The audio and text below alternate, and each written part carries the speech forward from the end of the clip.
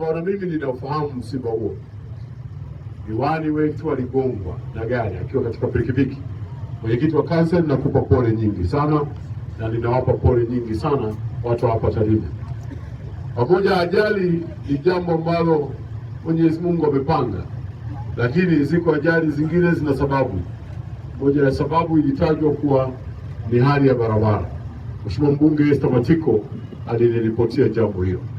Nataka niwape pole nyingi ndugu zangu hapa Tarime kwa hali hiyo, na baada ya kuwapa pole nimekuja kuikagua hii barabara inayoanzia hapa Jembe na Nyundo, eneo hili la Tarime, inayokwenda mpaka Nyamongo, Mogabiri, zote zinahusika na barabara hii.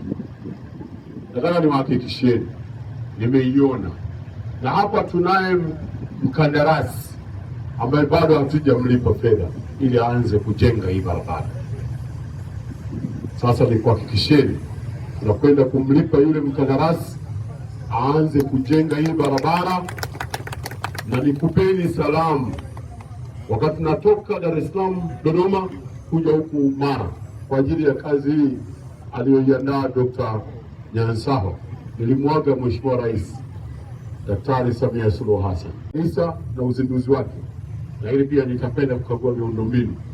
Akaniambia nenda na unifikishie salamu kwa watu wa Mara, waambie mimi Samia Suluhu Hassan ninawapenda na kazi yao nitaendelea kuifanya. Kwa hivyo ndugu zangu hapa Tarime, nataka niwahakikishie waziri, nimekuja na mimi ndio mwakilishi wa Mheshimiwa Rais katika kipande hiki cha ujenzi wa barabara. Ninawaambieni fedha itakayopatikana nitaileta kumlipa mkandarasi yule Stekon Mchina aanze, na tena manager asianzie mbali, aanzie hapa hapa usoni Tarime mjini hapa. Mara mtu huanza kujisafisha katika uso, si ndivyo hivyo jamani? Mtu anaanza kujisafishia wapi? Tunajenga barabara hapa itakayokuwa na pitisha magari mawili, lakini tunajenga na njia za kupita kwa miguu ili wale wanaopita kwa miguu wasigombane na magari, tunaita walkways kwa pembezoni, ambazo zitakuwa na upana wa mita 1.5 kwa mita 1.5 upande mmoja, mita 1.5 na mita 1.5 upande mwingine. Si ndivyo hivyo jamani? Na manager katika design muhakikishe ya kwamba yale maeneo yote ambayo kwamba yanapaswa magari kupaka, lazima muweke parking za magari. Hili ni eneo la biashara, magari yasije yakapaki kwenye barabara. Barabara ni lazima iwe wazi, na mule maeneo ambayo yanahitaji gari kupita ili ziingie kwenye maduka huko, msiache kufanya hivyo.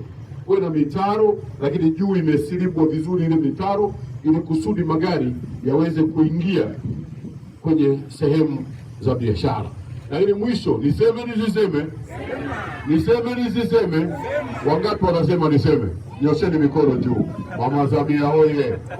Amenipa maelekezo mahsusi Daktari Samia Suluhu Hassan kwamba hapa pamoja na ujenzi wa hiyo barabara tutaweka taa za barabarani za kutosha, ili kusudi watu wa Tarime mfanye biashara usiku na mchana.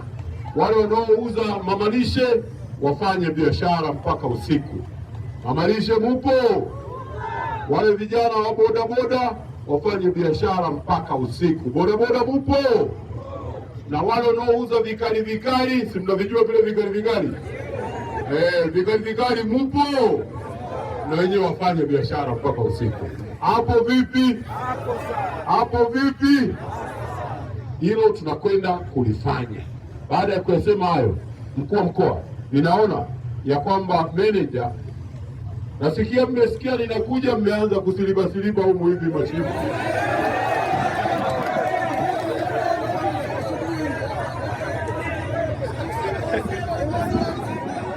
Usiku wameanza kuifanya hiyo kazi, kwa sababu waziri anakuja. Nimpe aseme kidogo. Shukuru kwa kuja, kwanza kuja kutupokea, lakini Mheshimiwa Waziri wa Ujenzi, sisi tunakushukuru sana sana sana. Hii ratiba umetumia muda wako haikuwa ratiba rasmi, lakini ili kutizama kilichokuwa kinatusibu sisi wananchi wa Tarime, unaona kwa ile notice fupi tayari wananchi walishajaa hapa. Hii ni kuonyesha kwamba wanahitaji sana maendeleo kupitia ujenzi wa hii barabara. Kwa hiyo Mheshimiwa Waziri wa Ujenzi, sisi kwa kauli ile ya Mheshimiwa Rais ya kuhakikisha kwamba analeta tabasamu la ndugu zangu hawa Tarime litakuja kupitia hii barabara.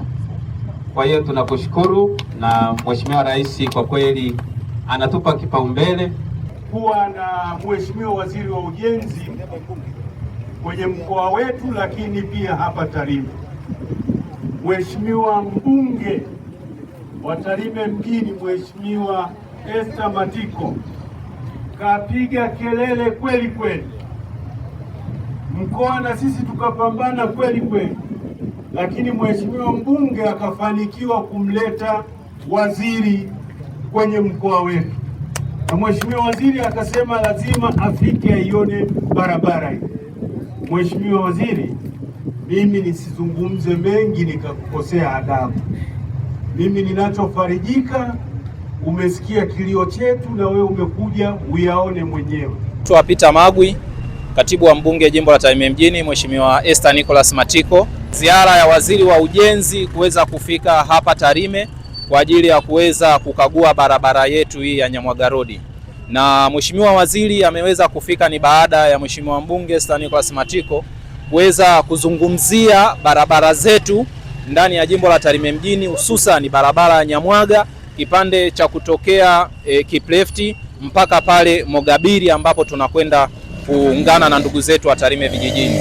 Nipende tu kusema kwamba waziri amekuja, amezungumza na kutuhakikishia kwamba serikali inakwenda kumlipa mapema iwezekanavyo mkandarasi ili aweze kuanza ujenzi wa barabara hii ambayo ni barabara ya kiuchumi, ni barabara ya kijamii ambayo inaunganisha nchi yetu ya Tanzania na nchi ya Kenya. Na niseme tu kwamba Mheshimiwa mbunge amezungumza mengi sana kuhusiana na barabara hii.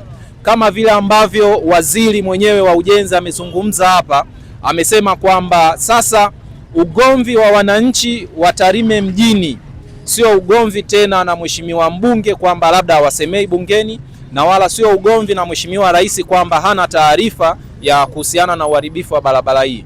Mbunge ametimiza wajibu wake na Rais tayari ametoa maelekezo kwa waziri kuhakikisha barabara hii inajengwa haraka iwezekanavyo. Kwa hiyo waziri amewaambia wananchi kwamba ugomvi sasa umehamia kwake. Wananchi, kama barabara hii itachelewa kujengwa, basi tuamini kwamba Mheshimiwa mbunge alitimiza wajibu wake, basi waziri na yeye anapaswa kutimiza wajibu wake. Kwa namna hiyo, kama ambavyo amezungumza waziri, ameonyesha manufaa ambayo yatakuwepo baada ya kukamilika kwa ujenzi huu, ni namna gani itakuwa ni barabara ya kisasa ambayo itasaidia pia kuchuchumua uchumi wa mji wa Tarime mjini.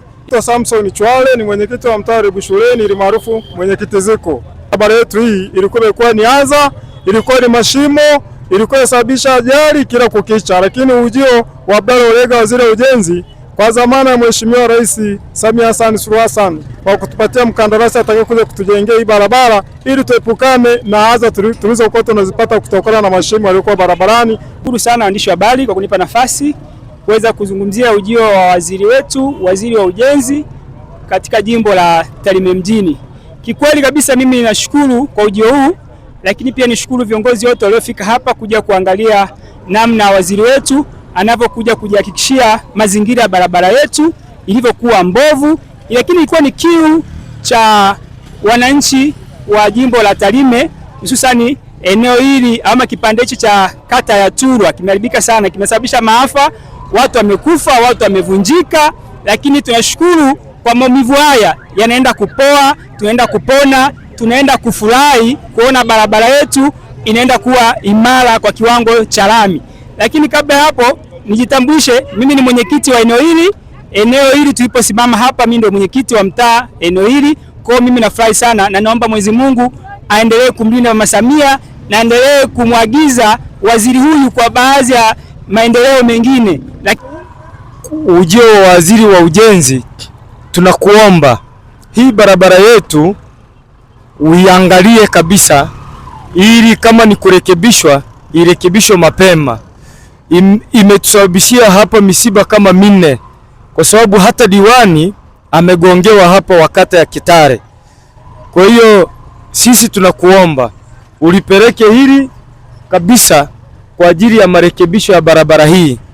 Kwa hiyo mimi ya kwangu ni hayo, na washukuru sana. Kwa majina naitwa Julius Mwita. Kwa sisi kama maafisa usafirishaji tunapata shida kubwa sana, hususani kama hii barabara ina mashimo toka huku kwenda huku, yani barabara kiufupi ina changamoto kubwa, inasababisha vyombo vyetu vinachakaa. Barabara pikipiki zinaharibika kila siku, ni kutengeneza tu. Na ajali kila siku zinapatikana kwa sababu ya barabara hii. Watu wanalia kila siku, watu wengine tunaumia, hata sisi wenyewe, hata pikipiki zinaharibika kila saa, ni kutengeneza tu. Inabidi watutengenezee barabara. Kwa majina naitwa Julius Robert. Napitia changamoto gani kwenye barabara? Ni mabonde kama unavyoona, mabodaboda wanakufa hapa kila siku.